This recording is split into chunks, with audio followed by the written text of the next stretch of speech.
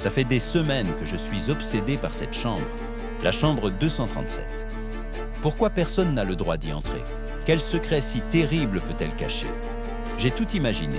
Un crime non résolu, un trésor caché, même un portail vers une autre dimension. Mais plus j'enquêtais, plus les indices me semblaient incohérents, comme les pièces d'un puzzle impossible à assembler.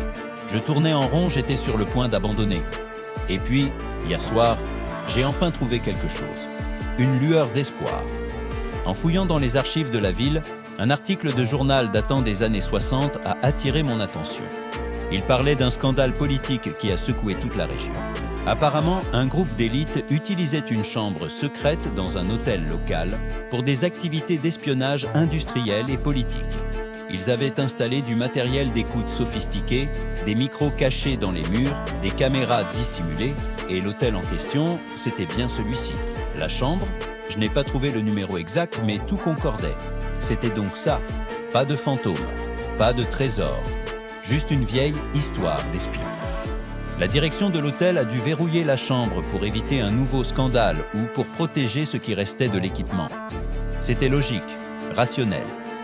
J'étais tellement soulagé d'avoir enfin une réponse plausible que j'ai presque ri. La solution était sous mon nez depuis le début. J'allais enfin pouvoir passer à autre chose. C'est en rangeant mes affaires que je suis tombé sur une dernière enveloppe que j'avais mise de côté. Elle contenait une vieille photo en noir et blanc, un peu abîmée, trouvée dans un livre sur l'histoire de l'hôtel. La photo montrait un groupe de personnes posant devant l'entrée, probablement des clients importants de l'époque. En la regardant de plus près, mon cœur s'est arrêté. Au milieu du groupe, un homme me fixait à travers le temps. Son visage, ses yeux, son sourire en coin, c'était moi. Ou plutôt, un homme qui me ressemblait comme deux gouttes d'eau. Et au dos de la photo, une simple inscription manuscrite « Chambre 237, à bientôt ». Le soulagement a laissé place à une peur glaciale.